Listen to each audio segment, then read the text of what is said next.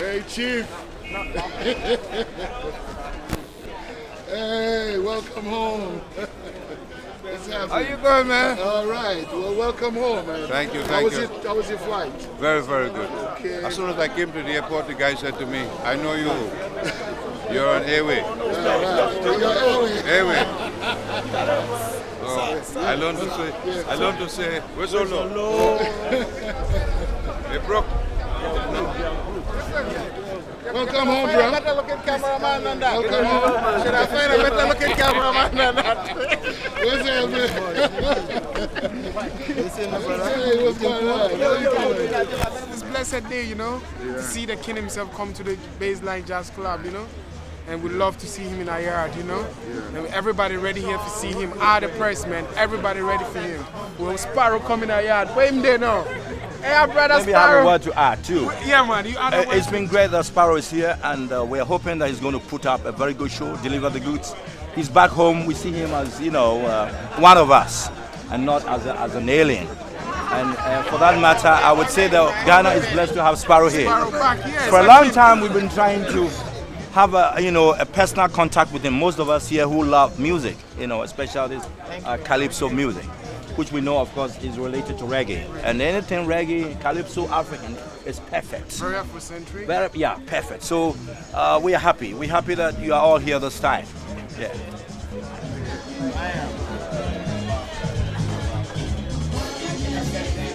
We at the BASSLINE are very proud to be hosting the man on his first day in the country. He arrived less than 5 hours ago. He's probably tired, but he doesn't look tired from where I'm standing. We're going to be appearing live on stage somewhere in Accra. No, it's the International Conference Center, Accra. And of course, they'll be back here perhaps tomorrow night to jam a little. But tonight, it's the chance to get to know Mighty Sparrow himself, Dr. Mighty Sparrow, to those of you who don't know.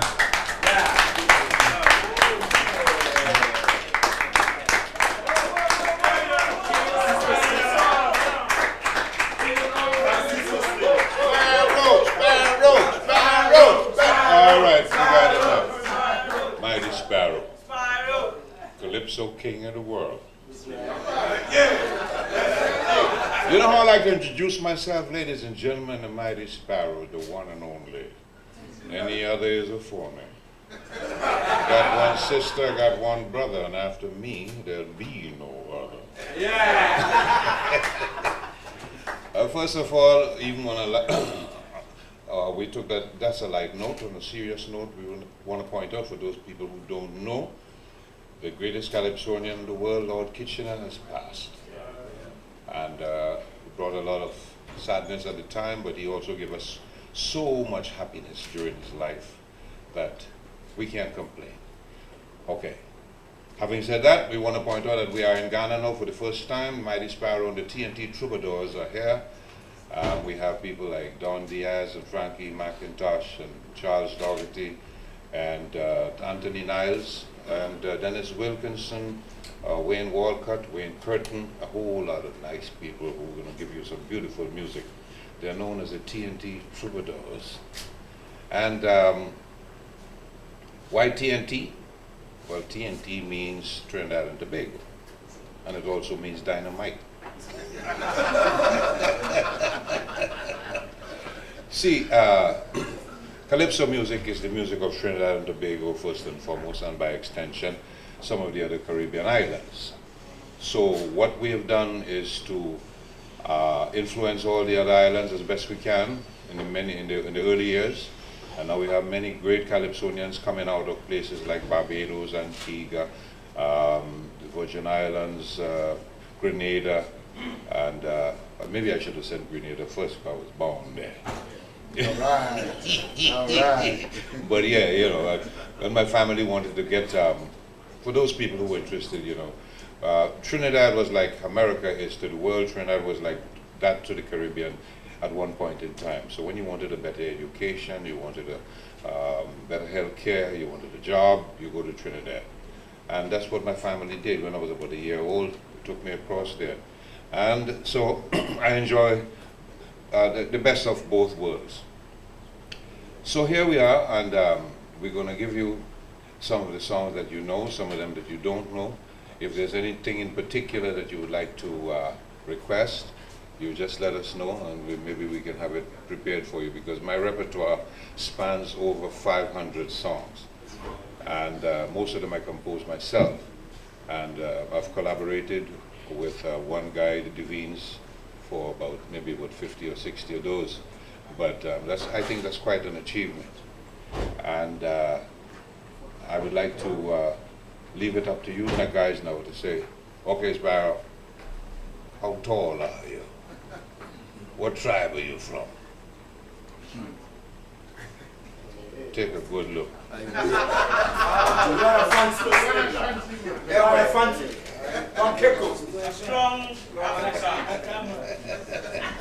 That's what I tell them from time to time, you know, when I go out in the Western world and people talk all sorts of foolish things. I say, take a good look at me. You see the print of Africa, okay? So don't come to me with nothing else but that natural truth. The land is here, uncontaminated. Or just maybe just slightly, you know, nothing too much.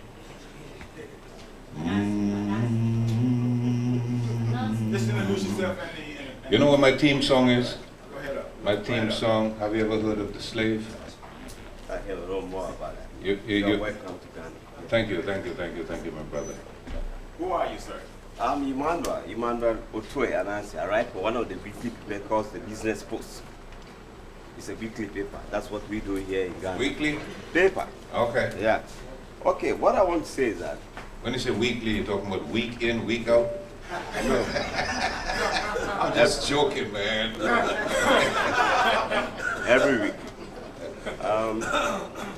I want to find out, why is it that TNT people and those of us in Africa love your music so much? Is it because you're a stage boy or the way you sing? Can you throw more light on that? And then, how do you find Ghanaians so far after your few hours?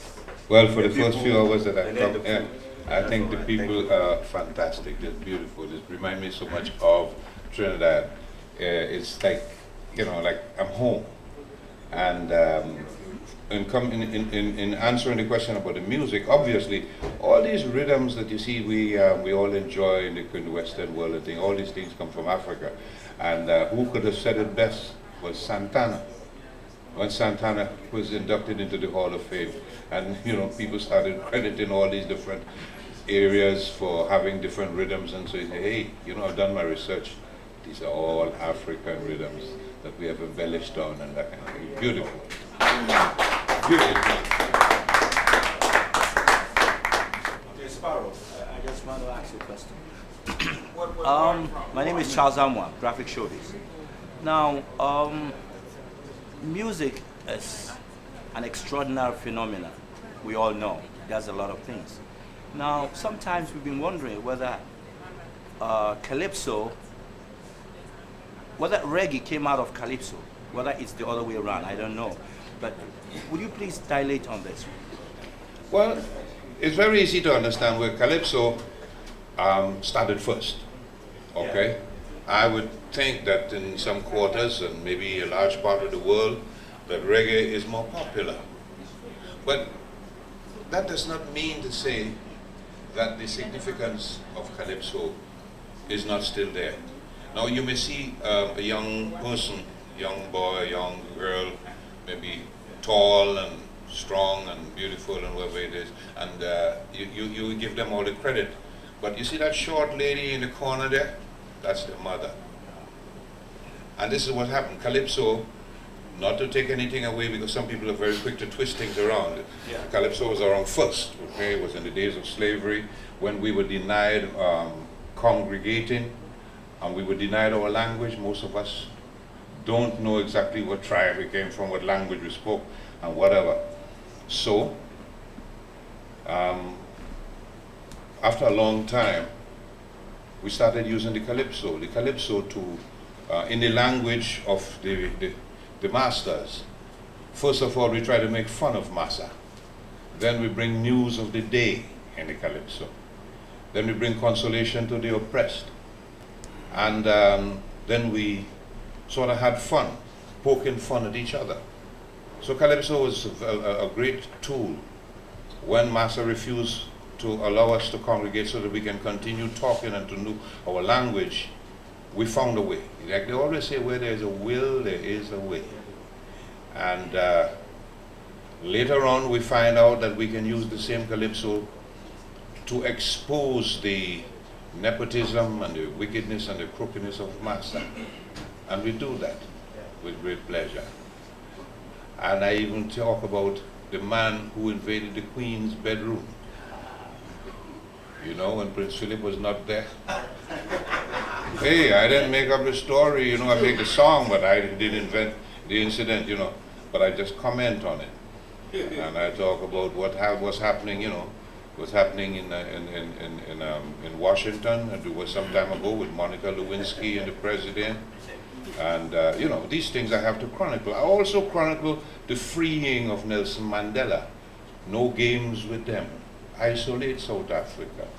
And maybe they heard me because as soon as it started getting popular, they released Nelson Mandela. You understand? So I think that my Calypso, I don't know if it's done all these things, I doubt it, but maybe it's timely. And what this guy Alex Haley has done with Roots, with about 10 or 12 episodes I did in 4 verses. And you get a whole story in 4 verses in my song called The Slave.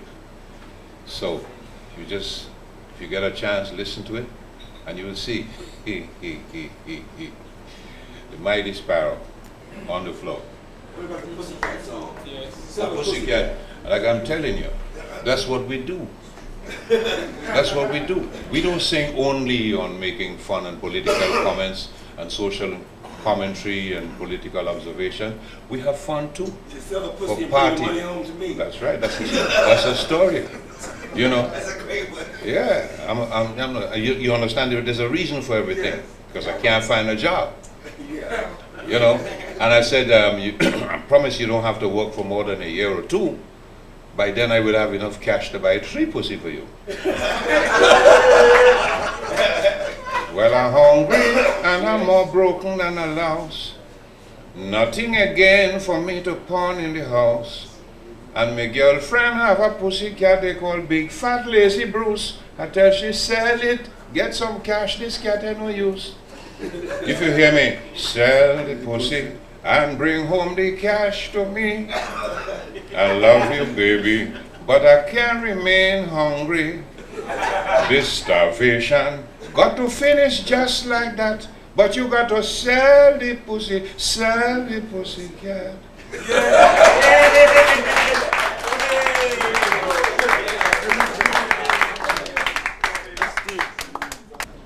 A lot of people don't know your name. Oh yeah. So can you please explain what you're a doctor of and where you got your name Mighty Sparrow from? Because that's not your real name. Yeah. No. My Christian name is Slinger Francisco. My middle initial is T. T for Tom, T for Tiger, T for whatever you want to know, not Tiger Woods. Not Tiger Woods because you see, they couldn't get me to play golf. I would not play golf. There is no way on earth you catching me playing with any kind of white balls. No. Tiger Woods tried to get me up to the golf club and telling me he gonna teach me how to play this game. So I just out of curiosity I went up with Tiger up to the golf club and then here comes a guy walking kind of funny telling me, come on Sparrow, let me show you how to hold your club with both hands. I stand up just so and I'm watching the club. I say, if you touch it, I kill you. Telling me what the object of the game is to try to get the ball in the hole.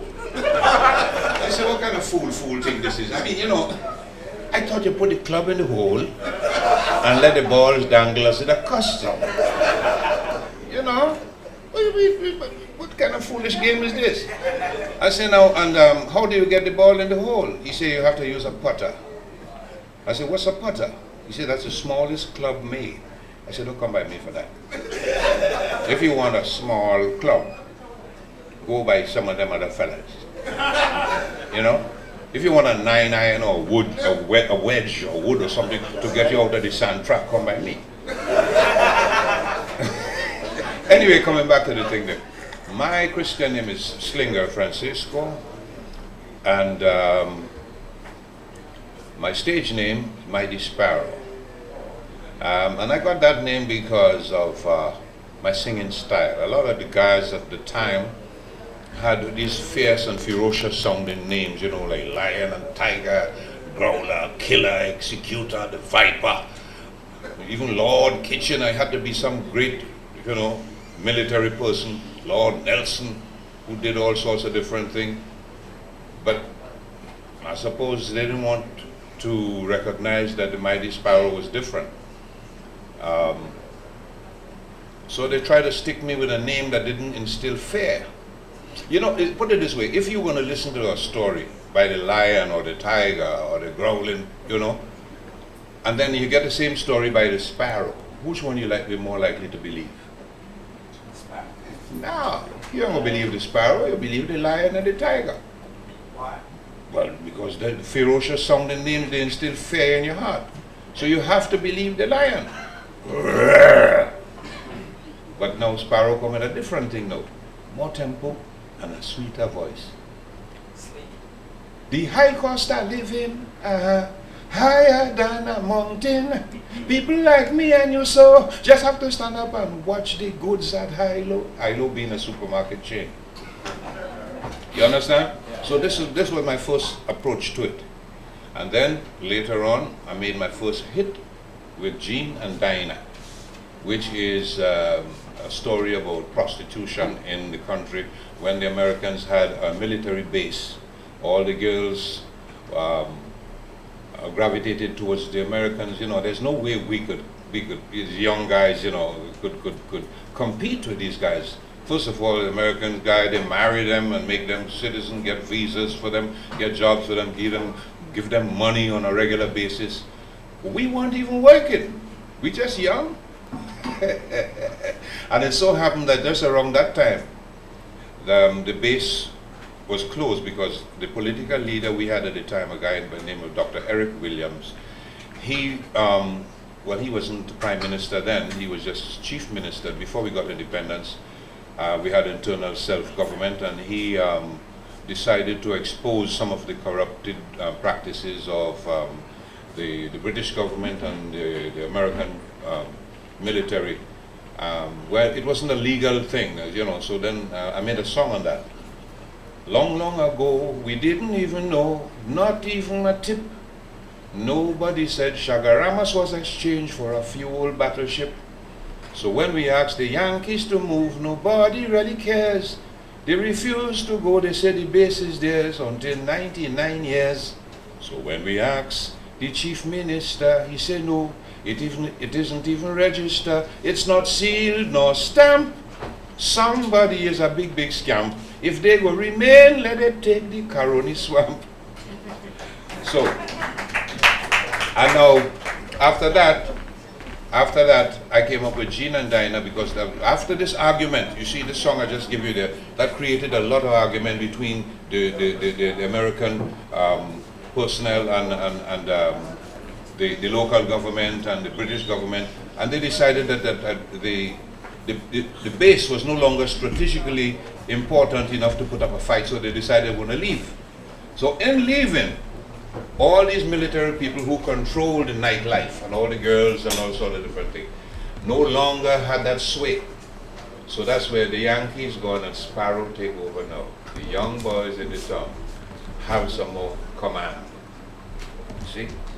So it's all because of happenings that, you know, things that happen politically, and we had to expose it, and Dr. Eric Williams helped a lot. Okay, Dr. Sparrow, I just want to last question. Some time ago, a story was told that Lord Kitchener's sang, "If your mother and your wife are drowning, I want to know which." I don't know the words. As for me, I hold on to my mother and my wife.